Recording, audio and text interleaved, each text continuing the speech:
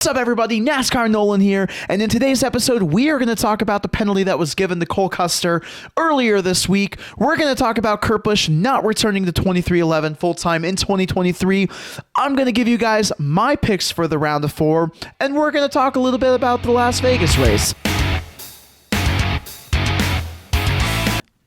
Hey everybody, NASCAR Nolan here. This is Smells Like NASCAR. We have lots to unpack this past week and for tomorrow's race at Las Vegas or today's race, depending on when you're watching this. But NASCAR has fined Cole Custer $100,000 and docked him 50 driver points along with his crew chief. He's been fined, Mike Shiplett, has been fined $100,000, not $100,000. He's been docked 50 owner points as well. NASCAR reviewed the SMT data and radio communications, and they determined that the communication toward Cole Custer and Mike Shiplett manipulated the race in a way that it benefited their teammate Chase Briscoe. For those who do not know, Chase Briscoe advanced into the round of 8 and essentially eliminated Kyle Larson. He did it by 2 points. All right. Now, here's the video of everything that happened. I think we got a flat tire. Slow up. I think we got a flat tire. Check up. Check up. Just fill it out. Good. Left. Little tire rub. Little tire rub. Still there. Still there. Fill it out. Good. Come on back. You're okay. Little tire rub. Keep coming. I want your guys' opinion on this take. Do you think that NASCAR has given the right penalty? Do you think it was too harsh? Do you think it was not enough? Do you think that this is just a whole can of worms that NASCAR has just opened up? Because there's tons of judgment calls that have been basically, they're being questioned right now over the past couple of years in the playoffs, and we'll talk about that in just a second. Now, I mentioned before there were some scenarios that people have brought up after NASCAR announced this that I just want to touch on, because with this announcement, it's basically a judgment call that NASCAR is bringing onto themselves, right? And we saw in 2020, we saw same thing in the playoffs at Martinsville, where Erik Jones was faster than Denny Hamlin. Denny Hamlin was basically in a position to where he needed to advance. It was by literally a point. So Erik Jones was told, do not pass him, Jones. That's the words that were said. And Jones didn't pass him. It was obviously team orders, and Denny Hamlin moved on to the next round. Now, is that the same thing of what Cole Custer did, right? Cole Custer braking, essentially letting Chase Briscoe have 2 spots, okay? And basically Cole Custer just shooting on after they tell him that his tire is flat. Is that the same thing? Is it the same thing of where Chase Elliott is basically racing Kevin Harvick and kind of blocking him at Bristol last year, to where Harvick wasn't able to pass Larson for the lead while Chase Elliott was a lap down? Is that also considered manipulating the race? There's just a lot of things that drivers have done where they could be helping out a teammate. And I don't necessarily disagree with other teammates helping people in the playoffs. That doesn't bother me at all, as long as they're not intentionally pulling over and letting just a ton of cars go by or whatever. Like, that's not right. But, like, you know, if somebody's going to be making it really hard to pass somebody, like, you know, hey, there's nothing wrong with that. That's where I stand with this whole Cole Custer thing. I do think that Cole Custer should have limped his car over to the start finish line. He should have acted like he had a flat tire, because if you see in the video, Cole Custer essentially just kept going after Chase Briscoe drove by. Now, NASCAR did say, hey, if Cole Custer put himself in a position where Chase Briscoe advanced because of that, then they would have made a much, much steeper penalty, which included suspending Cole Custer. But because where the timing was and Cole Custer did that, it basically gave Chase Briscoe a +2 in the playoffs, but the positions that Chase Briscoe gained was 2 points, right? So if he didn't gain those 2 points, it would have been a tie between him and Kyle Larson, and Chase Briscoe still would have won the tiebreaker. So Cole Custer didn't necessarily put Chase Briscoe in the playoffs. He just bettered his chances. And I think that it was too harsh of a penalty.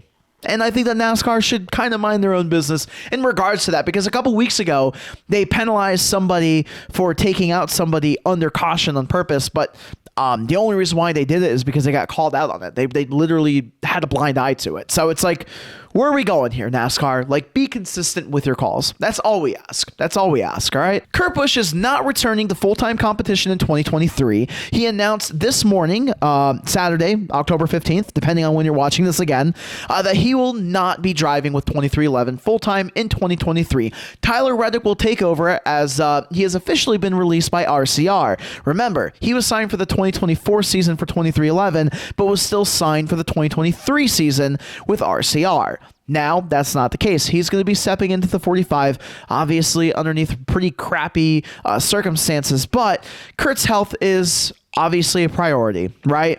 And Kurt Busch did express that he would be open to showing up to some races, doing a little bit of a part-time schedule, maybe even jumping into the TV booth. I've seen Kurt Busch, well, I guess I've heard Kurt Busch in the TV booth. He does an excellent job, so that would be a great addition, whether it's Fox, whether it's NBC. Kurt Busch should be in the TV booth if he is not in a race car driving. A couple of questions that I did have after the press conference is, number one, is he going to return full-time in 2024, do one last round, and then completely retire? That obviously wasn't discussed, at least something that I didn't see. I know Denny Hamlin said that he is always more than welcome to 2311, so that could be a possibility, but I wouldn't get my hopes up for that scenario. And then the other question that I had was, is RCR going to be buying a third charter like what they mentioned during the Kyle Busch and RCR announcement? Remember, there was going to be a third RCR car that was going to come on board for Tyler Reddick to drive. Is that still the scenario here that we're looking at RCR? Are they still going to remain a two-car team at Richard Childress Racing? All right, guys, now let's talk about my predictions for the round of 4. This is going to be the most tame round of the playoffs, in my opinion. You've got Las Vegas, Homestead Miami, and Martinsville. Those tracks aren't going to be crazy like Talladega and the ROVAL or even Darlington and some of the other racetracks that we raced at. This one's going to be a true test of who belongs in the round of 4. But I still do think that consistency is going to be key because remember, of the 6 races that we've raced in the playoffs, only 2 of them have been won by playoff drivers. So in a win and you're in system, we're not seeing a lot of playoff drivers win, so it's going to be key to be consistent. Now, the first driver that I'm going to pick is Chase Elliott. He has a huge points cushion. If he doesn't make it into the round of 4, it's because he's had a catastrophic 3 races, and that's how he's going to get eliminated. If that's the case, then it's probably well-deserved because he's worked so hard to build up the points that he has. But I don't see that happening. I see him advancing into the round of 4. The second driver I'm going to pick is Denny Hamlin. He's been quiet. He's been consistent. Going back to what I just said, this is going to be a round where you just need to be consistent, win those stage points, finish in the top 5, and you should be good to go. The third driver that I'm going to pick is going to be Joey Logano. The same situation as Denny Hamlin. Quiet, consistent, hasn't had a wild playoffs. I think the most controversial thing for Joey Logano is getting involved in the wreck at Talladega. That's it. He's been super quiet and not Joey Logano fashion. Usually we're seeing a more aggressive Joey Logano, but he's just been quiet underneath the radar, and I think that's going to get him into the round of 4.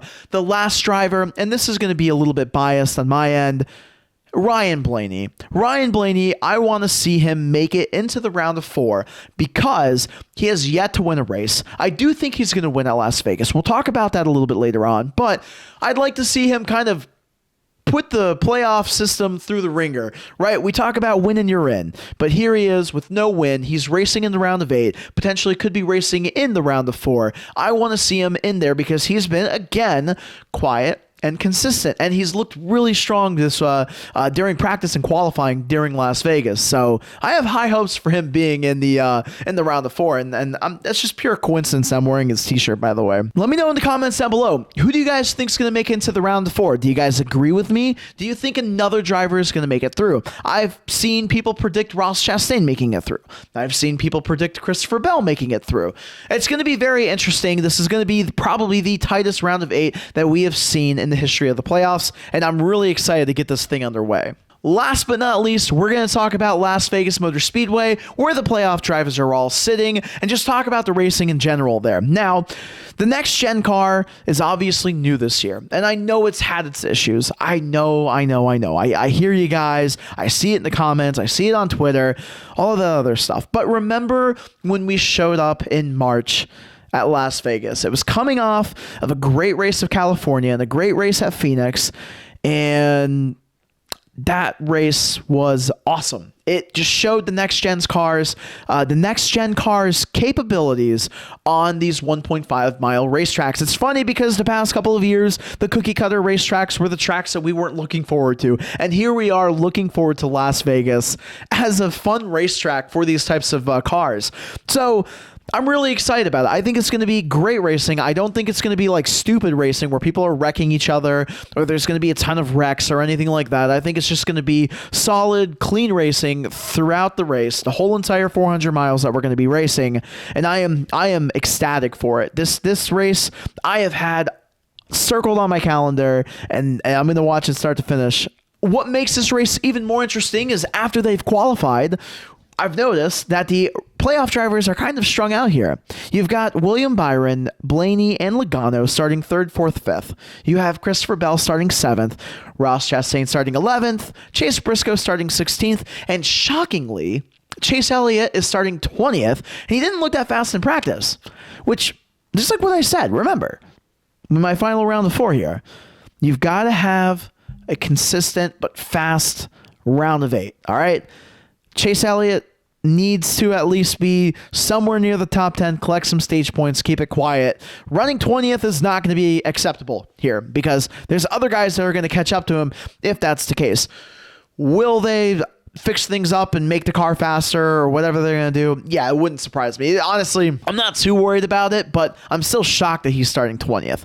What's even more shocking, all right, is Denny Hamlin starting 31st, which is ridiculous. All right, I didn't watch qualifying, to be fair, so I'm not sure if something happened. Let me know in the comments down below if I missed something. I was working, to be 100% honest with you, but totally shocked when I looked at the qualifying order and I saw Denny Hamlin starting 31st. I was like, what the heck? So those two starting in the back already has me starting to question my round of 4 picks I just shared with you guys. So, but you know what? I'm sticking with it. I'm sticking with these picks because I think that Denny Hamlin and Chase Elliott, they're strong enough drivers to where they're going to be able to climb out of this hole pretty quickly. So I think that, boom, they're going to be fine, really. So if you're a Chase Elliott fan or a Denny Hamlin fan, breathe. You guys are going to be good. I guarantee it. I don't guarantee it because it's racing, but I'm pretty sure you guys are going to be good. So my pick to win is going to be Ryan Blaney. I know, oh my God, Nolan, you're wearing the shirt and you've already talked about Ryan Blaney so much. Yes, Ryan Blaney, he was first in practice. He was the best consecutive car for the 17 cars. It's a small sample size, but that's about half the field, I'd say. He was the fastest on the 10-lap consecutive lap average. All right, Ryan Blaney looks fast. He is going to be setting himself up in a position here to have a really, really strong round of 8 run, to make that round of 4 run that I am obviously cheering for here.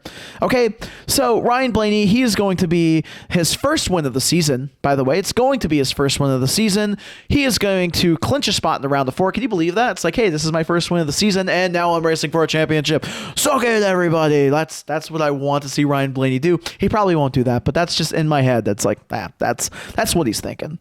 My dark horse is going to be Austin Cindric. We are going to stick with the Penske guys here. He looks fast this weekend. He is actually starting 2nd, which is obviously a great position to be in.